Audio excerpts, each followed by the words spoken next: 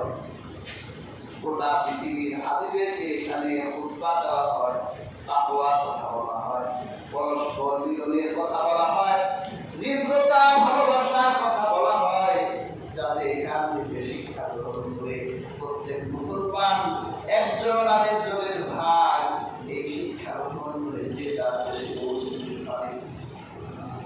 এই শিক্ষা এখানে দেওয়া হয়, কিন্তু কতটুকু শিক্ষা আমরা দিতে পারি?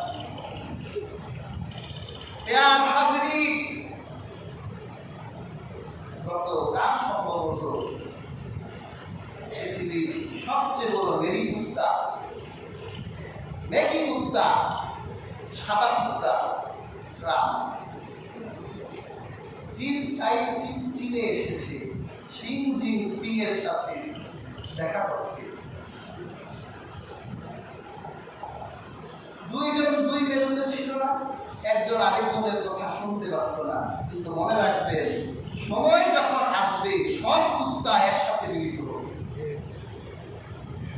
এক কুত্তা আরেক কুত্তারে বলে, আপনার সাথে বন্ধুত্ব করতে পারাটা সম্ভব, কিন্তু আমরাই বুঝলাম না, আমরাই যে ছড়ানো ছিটানো মুসলমান, আমাদের যে ঐক্য হতে হবে, এক হতে হবে, আমরাই বুঝলাম না, কুত্তা কুত্তাই বুঝছে।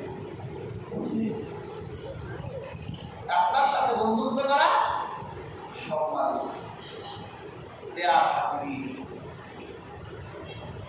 এই হজের মাঠ থেকে খোলাখায় রাস্তা ঘুরে গোটা পৃথিবীর মুসলমান যখন একত্রিত, তখন খলিফারা গোটা পৃথিবীর মানুষের দুঃখ দুর্দশা শুনত, জানত,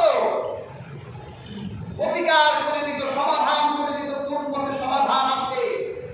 কিন্তু আজও 1400 বছর ধরে হর আরাফাত মাঠে পৃথিবীর সব মুসলমানরা একত্রিত হয়, সেখানে দুঃখী মুসলমান উপস্থিত হয়, সেখানে উপস্থিত হয় বিপদাপন্ন মুসলমানেরা, কিন্তু এই মুসলমানের দুঃখের কথা শোনার কোনো শাসক আজ পৃথিবীতে আমরা দেখতে পাই না। দুঃখ শুনলে মাথায় হাত বুলিয়ে দিবে, ঠিক আছে তোমরা কুফার মুশরিকদের অত্যাচারে আছো, সমাধান করে দিব, সমাধান করার শাস্ত্র আজ আমরা দেখতে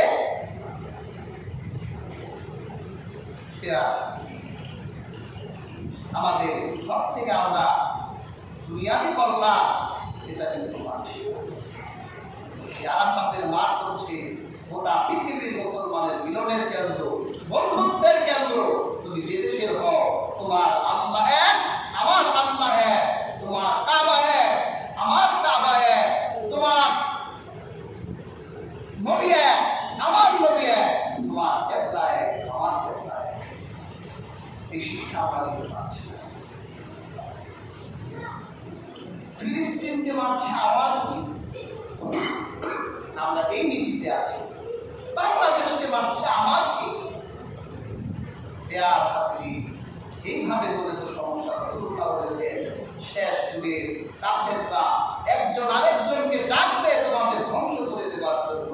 তোমরা যেভাবে দস্তার খানে খাবার রেখে একজন আরেকজনকে ডাকো, আসো আমরা সবাই মিলে খাবার ভাগ করে খাই, তোমাদেরকেও এভাবে কাফেররা ভাগ করে খাবে। সেটাই কিন্তু আজ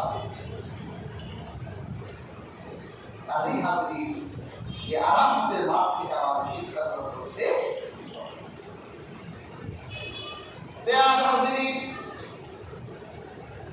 আল্লাহ কুরআনে এই 10 রাতের, এই 10 দিনের ফজিলত বর্ণনা করেছেন।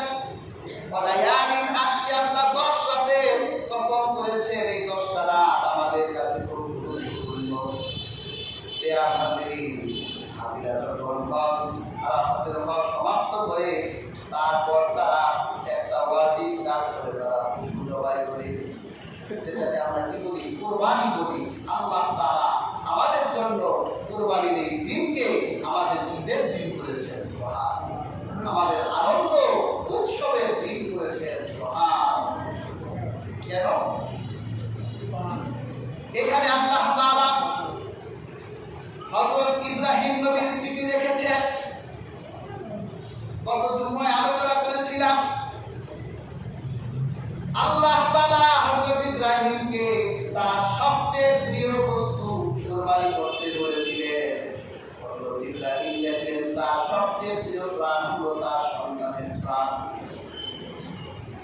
আল্লাহ তাআলা আমাদের জন্য কিন্তু এই কুরবানি নিজের সন্তানদের মধ্য থেকে কুরবানি দিতে হলে আল্লাহ এই বিধান দেন নাই, কারণ এই বিধান খুশি করে দেব। কি বলে ঠিক হতো না? তোমার ছেলে সন্তানের মধ্য থেকে যে ছেলে সন্তান সবচেয়ে ভালো প্রিয় তার কুরবানি দাও। যদি এই বিধান থাকতো ওই ছেলেই বাপের আগে কুরবানি দিত, পরে খাইছি আব্বা তুই আমার কুরবানি দিবি, আজ পরে আগে কুরবানি দিবি। আল্লাহ তাআলা বিধান কঠিন করলেন না, বিধান সহজ করলেন।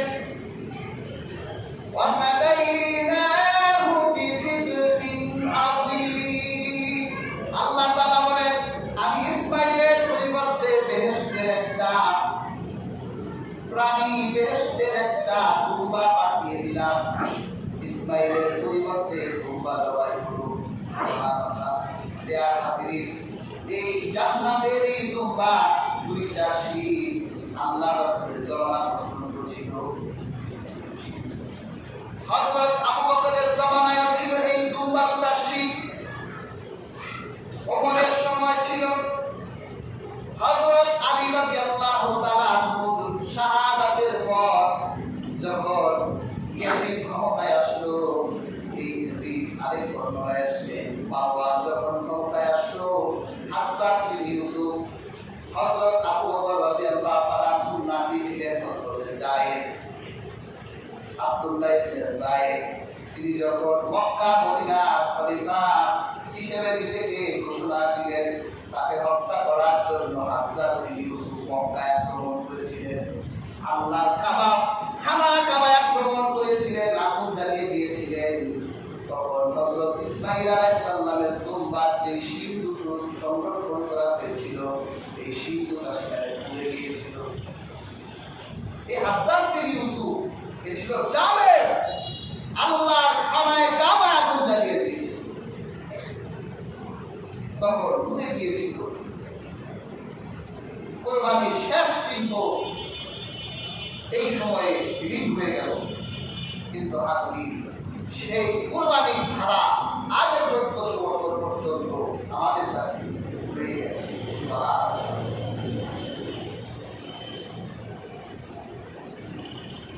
তাহলে ইব্রাহিম যেমন তার প্রিয় ছেলের কোরবান করলেন, আমরাও যে কোরবানি করবো, আল্লাহ যে আমাদের যাদের জন্য কোরবানি ওয়াজিব ফরজ করলেন, তারা যে কোরবানি করবে তাদের কোরবানিও হবে। তাদের সবচেয়ে প্রিয় যে টাকা, দেয়ার হাজির সব টাকা প্রিয় হয় না। যারা হারামের পয়সা কামায় তারা দেখবেন তাদের কাছে টাকার প্রতি দয়া মায়া কম, কারণ হারাম তাদের পাশেই জানে দিবে, নাচে দিবে, বাজনায় দিবে, মন্দিরে দিবে, দরগায় দিবে, সব জায়গায় দিবে, ফকির মিসকিন দিবে, দিতেই থাকছে, কারণ তার কাছে তো অবৈধ পয়সার অভাব নাই। কিন্তু যেই লোক পয়সা কষ্ট করে কামাই করে, মাথার ঘাম পায়ে ফেলে কষ্ট করে পয়সা কামাই করে, তার পয়সা কিন্তু দাম আছে।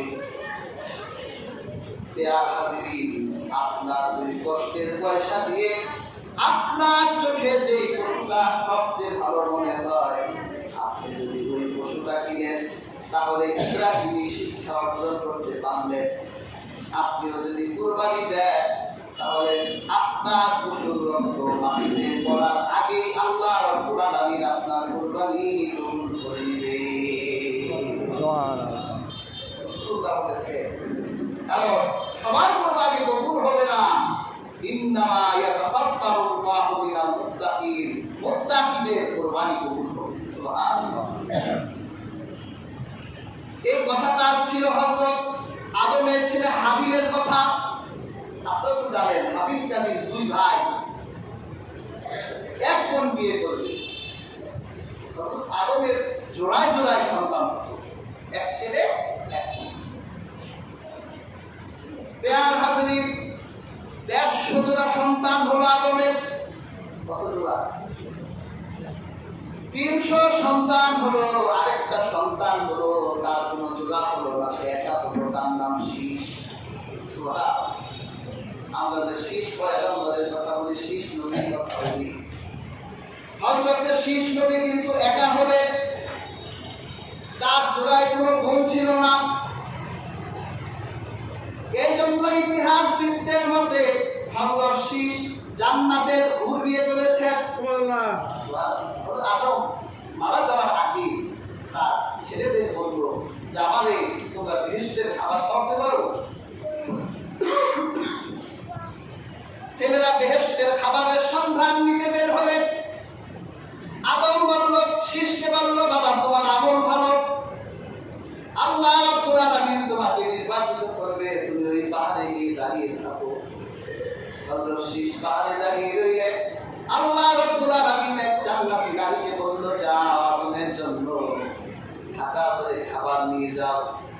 যখন ওই নারী খাবার দিতে শীষ পয়গম্বরের কাছে আসলে শীষ পয়গম্বর খাবারের খাঁচা করতে গিয়ে হাত তার হাতে লেগেছে। আল্লাহ তাআলা বলেন, যার শরীরে পৃথিবীর মানুষের হাত লাগে সে আর আকাশে উঠার উপযুক্ত না।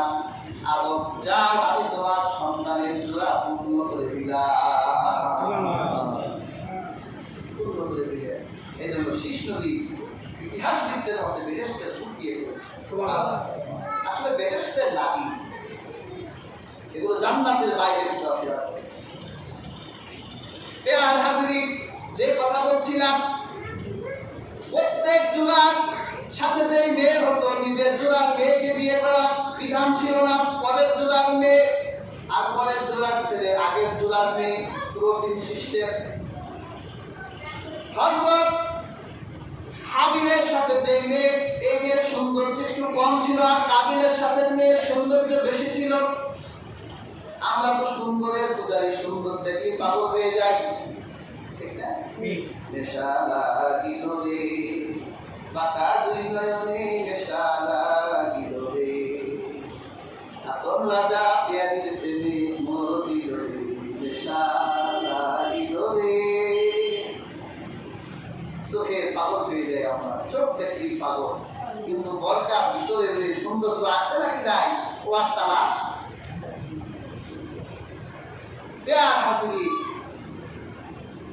কাবিল বলল, না আমি আমার বোনকে বিয়ে করবো। হাবিল বলছে না, হাবিল বলছে আল্লাহ যে বিধান দিবে আমি ওই বিধানই মানি। হযরত আদম বলল, আল্লাহ আমাকে হজের জন্য দাওয়াত দিয়েছেন, আমি কাবার দিকে যাবো। এখন তোমরা দুই ভাই এভাবে ঝগড়া করো না, আল্লাহর বিধান যা দিয়েছে ওই বিধান মানো। আল্লাহ একটা ফয়সালা দেন, আমি তো কাবার দিকে যাবো। হযরত আদম জীবনের প্রথম হজ করতে যাবে, সুবহানাল্লাহ। তখন আল্লাহ পাক বলল, দুই ভাইকে কুরবানি দিতে বলো। পেয়ার হাজিরি, কাবিল ছিল কৃষক, শস্য রোপণ করত, আর হাবিল ছিল গৃহস্থ মানুষ, সে পশুপালন করত। ঠিক আছে, তোমরা তোমাদের প্রিয় শস্য আর প্রিয় প্রাণগুলোকে পাহাড়ের উপর রেখে আসো, যা কোরবানি কবুল করবো আকাশ থেকে আগুন এসে তার কোরবানি জ্বালিয়ে দিত। দুই ভাই কোরবানি দিবে। বাবা বলল, দুই ভাই কোরবানি দাও, যার কোরবানি কবুল হবে সেই কোরবানকে পাবে। আমি কাবার দিকে রওনা হলাম, ঝগড়া করো না, আসার পর আমি তোমাদের মীমাংসা করে দিব। হযরত আদম বের হয়ে গেলেন, শয়তান সুযোগ পেয়ে গেলেন, গার্ডিয়ান তো আর নাই, শয়তান সুযোগ পেয়ে গেল। দুই ভাই পাহাড়ের উপর তাদের কোরবানি রেখে নিচে দাঁড়িয়ে রইল। আকাশ থেকে আগুন আসতেছে, হাবিল তার প্রিয় একটা মেষকে পাহাড়ের উপর রেখে এসেছে, আর কাবিল তার ধান শস্য পেঁপে এইরকম কিছু শস্য যেগুলো পচা নষ্ট হয়ে